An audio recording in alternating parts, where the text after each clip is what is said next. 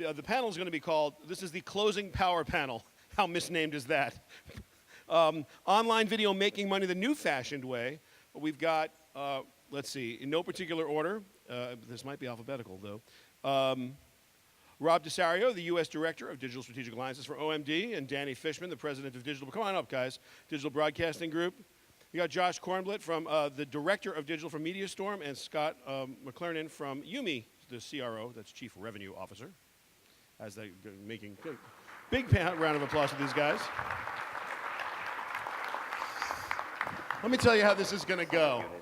That's right. We're going to have a Socratic discussion about making money the new fashioned way. Socratic discussions are sometimes characterized as informative, enlightening, and entertaining. We're here for your benefit. I hate things that are where everybody just agrees with everybody. They drive me crazy. So a lot of us may agree about, stuff. I will not necessarily be using my own personal opinion, but I will maybe sometimes be contrarian for your entertainment. This is all for you. Just want you to know that. So, making money the new fashion way. It costs, I don't know, a couple $1,000 for the first minute, $500 to $1,000 for every minute thereafter, as cheaply as it can possibly be done. Or you could spend any amount of money you'd ever want to spend on a video. It seems to me the economics are just what the economics are until you get a ton of views, a ton of people actually willing to pay. This is all 95% BS and 5% BS. Discuss. All right, well, 1 second, Shelley, before you leave the stage. No, I'm going to stay here with you. I'm just Okay, so define video for us for a second. Meaning, you can define it. Video the art form, not video the platform. Video the platform, television the platform. We always talk about as TV, one-to-many broadcasting. Video basically can be in the eyes of the beholder, and you choose any video vehicle you want, whether it's, and you can discuss the online, let's call it online video. Just define it as you will. But that doesn't matter because in my world, the costs of making a piece of video content haven't really changed, right? You can either make it free or you can make it, so I'm talking about sustainable video, not a one-shot video. Like anybody can make the first album. It takes them 20 years. They write every single song for 20 years. And then it comes out and it's great. And then they have 6 months to make the second album. And they have to make it in a little different way. The first video, I can call all my friends and get it for free. I can call in every favor in the world. I can get everybody to work for free, the makeup lady, the costume. But to sustain video communication on a week-in, week-out basis is quite a costly endeavor, no matter how cheaply you make it. And the costs literally haven't changed in over a decade. Since the first mini DV camera came out, you could make a digital video, and you could distribute it using some vehicle. Talk to me about the economics of video. I just want to know about it. Making money the new fashioned way. You got to have a cost basis. You got to have a profit basis. Just discuss the economics. I'll ask one question of the panel along the lines of I'll be the subset of the moderator, right? Right. And then I'll ask the question. Yeah, and then and it'll go back to Shelley. So what I would ask is first and foremost, you have to work off the objectives of where it's going to get distributed, right? So somebody has to receive this. Who's the audience that this is going to be geared towards? And I think that's probably the beginnings of the makings of it, isn't it? I mean, I think it's a tough one because I mean it's such a mix between both the quality of the content as well as sort of how you're reaching out with it, where you're distributing to. I mean, I see it broken on both sides of the equation. It's interesting when you talk about sort of the cost of it and everything else. I actually disagree a little bit. I think we're getting into a period where you're really you can make sustainable programming now much more efficiently than you ever have with the quality. How efficiently? Give me a number. There is no. I mean, sure there is. What's the cheapest thing you could ever, I don't care what it is. That's what I'm trying to say to you. There really are baseline numbers, and they may be really low, but they exist. Let's just agree, there is a cost. It's not free. Yeah, especially when you're talking about talent, but my point is from a talent standpoint, talent is working more and more efficiently than they ever have. And it's amazing. When I've been in LA for 13 and a half years, when I first moved out there, I worked in mainstream entertainment, and then I went to digital, and all of my friends just have been basically making fun of me for the last decade. And now all of those same people are coming to me with mainstream A-list talent and everything else. Folks who are tired of the old system and everything else are looking to work much more efficiently. They're asking for a lot of dollars and everything else. Great segue. How are we making money? There's a cost. A-list, B-list, C-list, D-list talent. There's a cost. We have to make money exceeding that cost. That would be our profit. Yeah, we have to. How do we do it? Yeah, it starts with actually building stuff that's going to be sustainable. There's a major sort of chicken and egg factor here. Part of it is how do you sort of get it off the ground? Right now, I think the industry is making a huge mistake going too much in the direction of branded entertainment versus focusing on sustainable You know, that's heresy programming. here, don't you? You know, when you say that's heresy. What? That's heresy when you say stuff. Go ahead. No, I'm serious. I mean, we at DBG do a hell of a lot of branded entertainment. We do some very good stuff that's campaign focused, but the fact of the matter is, it seems to me everyone's putting all this energy into building these products, building these videos and everything else, and then building these series that are designed to be run for 6 or 8 weeks. And then suddenly we tear it down, all that equity, and try and build something new. So you have a situation right now where so much video is being funded with media dollars, which is great because those dollars exist. We don't have Keep to the go. money coming. Please don't pay any attention to the man behind the curtain. Wait, what did you say? I said keep the money coming. Yeah, no. But the problem is, please do keep the money coming.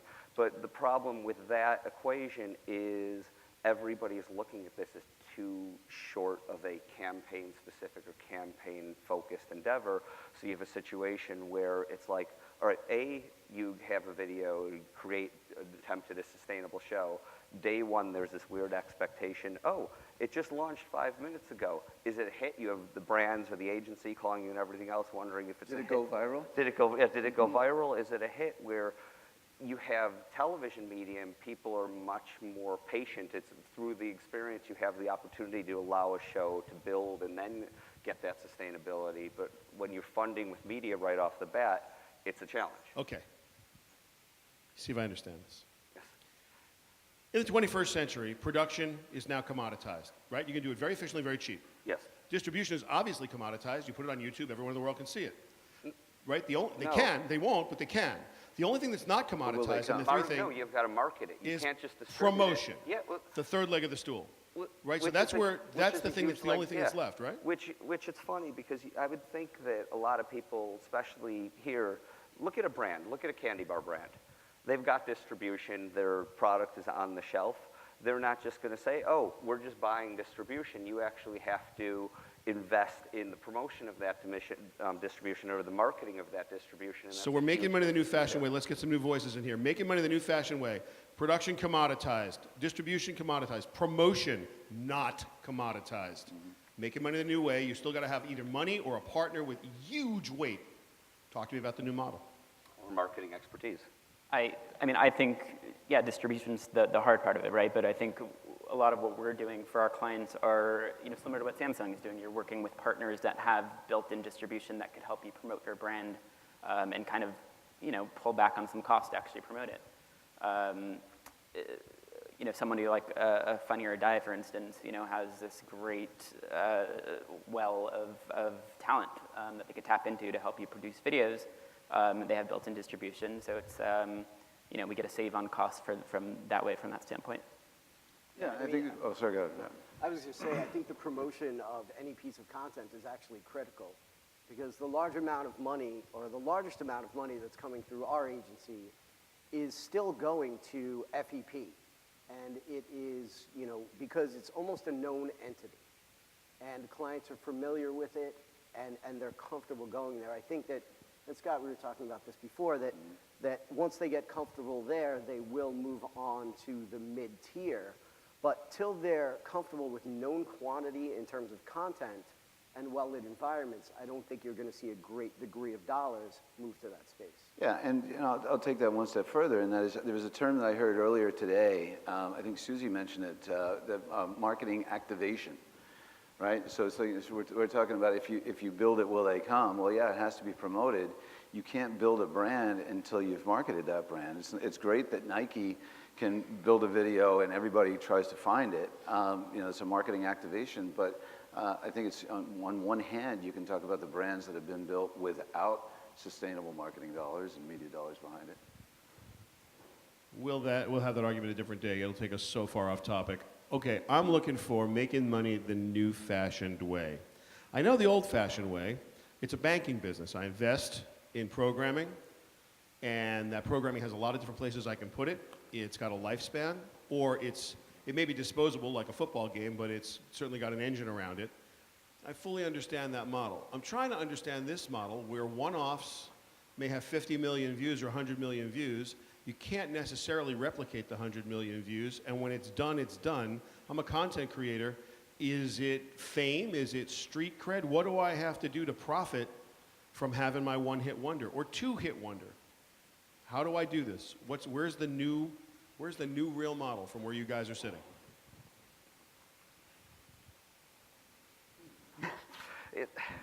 See, this is why this is a really hard subject. Learned professionals sitting there going, geez, I'm with you. I'm asking the question, and believe me, we're all struggling with it every day. But there's a cost. Promotion is really hard, right, and really expensive. But it's not that hard and expensive, but it's also not immediate. I think one of the biggest problems is we're in a position where, because of, again, the media funding of it, there's this instant gratification expectation that day one a show is going to be live and be a hit, or that it takes a little while to sort of build that. So you can take the marketing and promotion, but you have to have a longer term focus on this. I mean, look at some television shows. Look at a show like Parks and Recreation. That show, it's one of my favorite shows on television. The first season of it was very average, and it took a little while for the chemistry to build around that, for the chemistry between the actors and everything else, and the writing, and the combination of even people like me discovering it and everything else. Yet in this medium, again, there's that sort of instant expectation that it's going to be a hit. Combine that with just, again, the lack of marketing understanding. So I don't think it's fair, not to push back too hard, I don't think it's fair to compare the business model that's evolved over the last 65 years in broadcast television, where there are windows and real economics and real scale, to online video, where sometimes we get something with scale and sometimes we don't. Because we're not marketing it. It's still a marketing of a product. A program is still a product that you have to market, and that is the missing piece. I mean, look at any show. Look at Pan Am. Pan Am, we all hoped for Mad Men in the Sky, and we were seriously under-delivered on that. But the fact of the matter is, they promoted the shit out of that program. Every place that you went, every airport, every magazine, sorry to swear, by the way, every airport, magazine, et cetera, that you went to or opened, advertising on television and everything else, and there's an understanding that the television actually has the advantage of sort of their playing more, they have a more risk game built in, we have a much more accountable medium off the bat. But the fact of the matter is you still need that component of it, and once you have that component of it, then you can have greater sustainability, which will lead to greater predictability. Let me hear me out for a second. You'll have greater sustainability, in turn greater predictability, which then puts you in a better position to be able to monetize that. Broadcast television's model bears no resemblance whatsoever to online video. Some resemblance. No. Tell me how. None. There's no resemblance whatsoever. Because in broadcast television, first of all, I have windows of distribution that I can monetize. I have the initial broadcast window on broadcast. I have cable distribution afterwards where I can run reruns. I have box set DVDs I can run afterwards. I have foreign and airplane distribution. I have so many places to make money in broadcast television. It's frightening. Online video is online video. Not necessarily. Tell me how so I'm asking you, how do I extend online video? It's making that initial investment to get the programming over that hump so you can actually have that sustainability, and then when you get into multiple seasons, then you have the opportunity to actually have residual value in syndication. You have the opportunity. Syndicating where? Syndicating on some of the same properties you may be doing initial, on some of the, whether you're talking about on television screens, through applications, whether you're talking about through web browsers. I buy none of this. Scott, how do I make any money? I buy none of this. I buy none of the argument. That is completely, it's not you, oh wait, I'm going to take my online video and get it promoted up really well enough so I can put it on television and syndicate it? It's just another screen. I mean, the fact of the matter But the models don't apply to one another. It is about getting to that sustainability. It is about turning that corner and having programming that you can have that predictability. Is there an example of any program, an online program that has sustainability to the point where it is uniquely profitable and proves a new way to look at making money at scale, like real money, millions of dollars a week? Not millions of dollars a week yet, no. But there's 50 and 60 million views. The views exceed broadcast television in some cases. Some of the best online videos dwarf some of the best TV shows. I'm making millions of dollars a day on my TV shows. I'm making millions of cents a day on my online videos. Help me out. Yeah, well, but don't you have 4 very large companies called MSN, YouTube was up here earlier today, Yahoo. Yahoo was maybe ahead of their time. There's the Lloyd Braun era is now coming back with original content. Aren't they investing millions and millions of dollars in looking at the returns of, tens of millions of dollars, hundreds of millions of dollars? I mean, I doubt it, or they wouldn't all I've be read like about for trying the to last couple sell. months. Sorry? They wouldn't be trying to bail. No, I don't see. I see these as last desperate ditch efforts. Does anybody here from Yahoo want to explain the business model at Yahoo? Somebody, please, God, explain the business model at Yahoo. Good, good. Give this man a microphone. Tell me all about it. Wait for the microphone. There it comes. Please say who you are and tell everybody. My name is Justin. I wasn't planning on being on this panel, but Yes, you are. This panel is this. That's the whole point of this room. Bring it. no, I mean, Justin, I just brought we're you in. investing a ton in original video programming, not just brand entertainment, but programming against content that we know people are going to watch because we know what our users are watching and what they're clicking on and what they're viewing. So, we're responding to what our audiences really like, and that's creating really good content using, A, B, C list celebrities and creating great content. Tell me the rest of the story. We can sit down and we can go through my pitch later if you want. No, but I'm not asking for the Seriously, pitch. I'm not going to take you through my. I'm not asking for the pitch. My I'm just one-on-one asking for the here. most broad. Look, everybody in this whole world is trying to figure out how online video, the new model of online video, origination for online video, becomes a sustainable business practice. And if Yahoo's got cracked the code, we'd love it if you'd share it, just even on the most Well, I think holistic, high level. Well, Shelley, I'm not saying that we've cracked the code. Obviously, that's why we're all here. We're trying to crack that code. But we are creating great content that we know resonates with our audiences, much like people program on television. So we are utilizing the model that TV has used for years, but we're trying to make it fit for online video. And I think so far it's going well, but that's why we're all here to figure that out, Shelley. I'm with you. And I'm not trying to be belligerent. I'm just trying to make this I entertaining. mean, it's debatable. It's debatable, Shelley. But I am trying to dissuade the metaphors and analogies to broadcast TV because the models themselves, online video and broadcast TV, really economically don't match. They're superficially related, right? Because content is content. There's also a lot, I think we also sit in sort of digital and sit on our digital high horse and we just try and talk about how dead TV is or everything else. And as we've talked about the last couple of days, TV's actually never been better and never been stronger from a quality standpoint and everything else. There's a lot that we can learn from television, but at the same time, there's also a lot that we can lend from an efficiency standpoint, an interactive standpoint, and targeting all that other stuff. But when we're talking about just getting to that programming that has that long-term value, we're not seeing enough investment in it initially.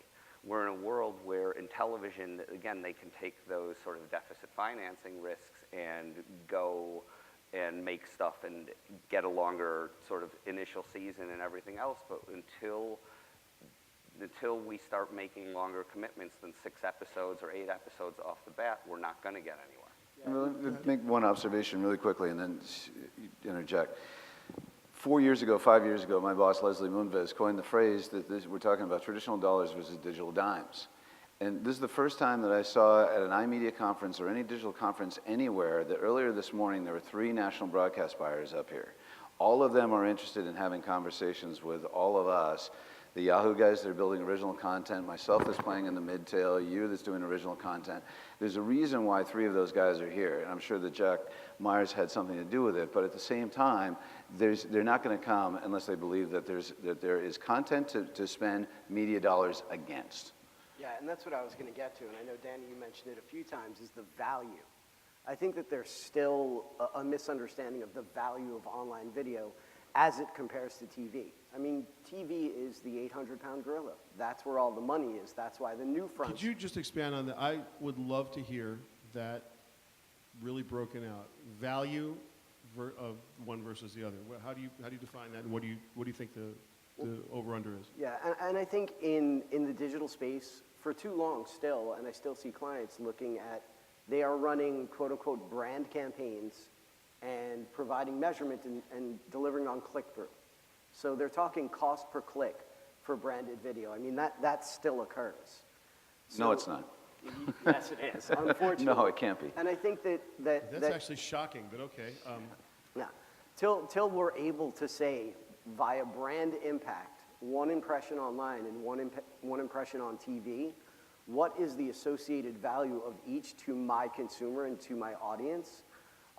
It's going to be hard to invest a lot of dollars against original online entertainment. I think Christian said today, though, earlier in the earlier panel, Jack's panel, that it was really on-demand versus broadcast, right? Someone who's self-selected the content, who selected Right. someone who selected the content is more likely to be in a position psychologically to pay attention to it than someone who happened upon the content and may be Correct. distracted because they weren't really looking for it. So there's a value of on-demand versus sort of run into. But do you think there's a differential? Is there an over-under on the value of an online video impression versus a broadcast impression? I would argue there is. I would argue that an online impression or an on-demand impression that someone has self-selected is more valuable. But I think that the issue is that there is no industry standard to that. And in fact, there are multiple standards and multiple numbers put out by various people. Well, but Nielsen Fusion would tell you that there is an argument, there's a professional standard, and that Nielsen Fusion would tell you all day long that pound for pound, impression for impression, that online video is more impactful than television. Television has the reach, television has terrific recall, television has lots and lots and lots of scale, but impression for impression, Nielsen would tell you that online Okay, video is so more we powerful. are coming down the last few minutes of the last panel of the first ever iMedia Video Summit. And you guys are all in this like so deep it's crazy. Can you give this audience, in a couple of really soundbite, superficially small, Twitter-like phrases, the key performance indicators they need to go back to their businesses with, tell their bosses why they should invest in media, in video, and specifically, how to do better business from your point of view. After all, we're making money the new fashion way, so let's start here and just give these guys something to take home and say, wow, I just invested 2 days at iMedia and it was really worth it because this. I mean, I think the value is in the ability to kind of make the video social online, right? I mean, there's an ability to engage online, to share it with your friends, and that has an inherent value that's not available with buying a broadcast spot. So I think if there is a kind of a takeaway and determining value, it's letting your consumers engage with your content, sharing it, customize it, and taking it to the next level. You're looking for, I'm going to let you go, and then I'm going to think of my single word soundbite because That was a long one, yeah. I don't know how to be short-winded, so I'm working on that. I would tell you that there's an awful lot of, there's been tons of discussion. One of the things that we've talked an awful lot about that I'm concerned about is this cost per engagement. Trying to put value against engagement, I think, is while it's something to be discussed, that there is no metric at the moment, and that it could be very similar to a rat hole that we all went down for about 15 years called cost per click. That is really good. What do you got? I would just say concentrate on the back end, concentrate on hitting client goals, and make it more about brand for brand advertisers and more about DR for DR advertisers, because given the plethora of video opportunities out there, there's not one size fits all. Well, and that's the beauty of this medium. The beauty of this medium is you have the opportunity to really tailor the type of programming, the type of integration, the type of distribution and marketing, et cetera, to the brand involved versus just sort of running it the same way you're running any program in television. You guys are awesome. We have 41 seconds. Let's give these guys a big hand. Do we have time for Q&A? Say yes or no. So does anybody have a question out there in the world for this group? Raise your hands and someone will come with a microphone. You just all want to go get drunk. I get it. All right, we tried. Well, so Here's the way this goes. Thank you all very much. Thanks again to the panel. Look, this is the first ever iMedia Video Summit, and I think what it says to all of us, and you know, tongue firmly in cheek, I was pushing here because there are no answers to this question. There is no silver bullet. We don't have any answers. But I think if we formulate the questions better, if we just push ourselves to formulate better questions, then we can go back to our regular days of business and figure this out, asking questions that are more correct. I also think we could use some standardized nomenclature in our business. It would be really good if when we all talked about things, we all talked about them with the same words in the same ways, and that's something that we can all get together here to do, because we've heard these things spoken about as concepts, but... Like such as what is long form? Yeah, someone asked, what is connected TV? Does that mean plugged in the wall? I'm like, ow, ow, that hurts. So, you know, maybe if you knew that connected TV actually what it meant, I'm working on the definition, but, you know, ask somebody, it'll be good. No, but truthfully, we're at a point now where, this is a fabulous quote, you know, the best way to predict the future is to invent it yourself. I cannot impress upon you enough, this is the earliest of early days, and we really see some real money coming now, real money, coming from all kinds of places. And it's available for smart people to go and get, and we get a chance to change everything about the world. And I hope that we don't stay parochially focused on video, because video is only part of a much larger world that's changing so rapidly. I would beg each and every one of you to find the first 100 pages of Ray Kurzweil's book, The Singularity is Near, and just read it for the math. It's actually not that mathematical, but he talks about the thesis of the whole book is the law of accelerating returns. And that simply says that technology is changing exponentially fast, and that the exponent is changing exponentially. And he will talk to you in very, very good scientific terms about just how fast we can expect the change to be now.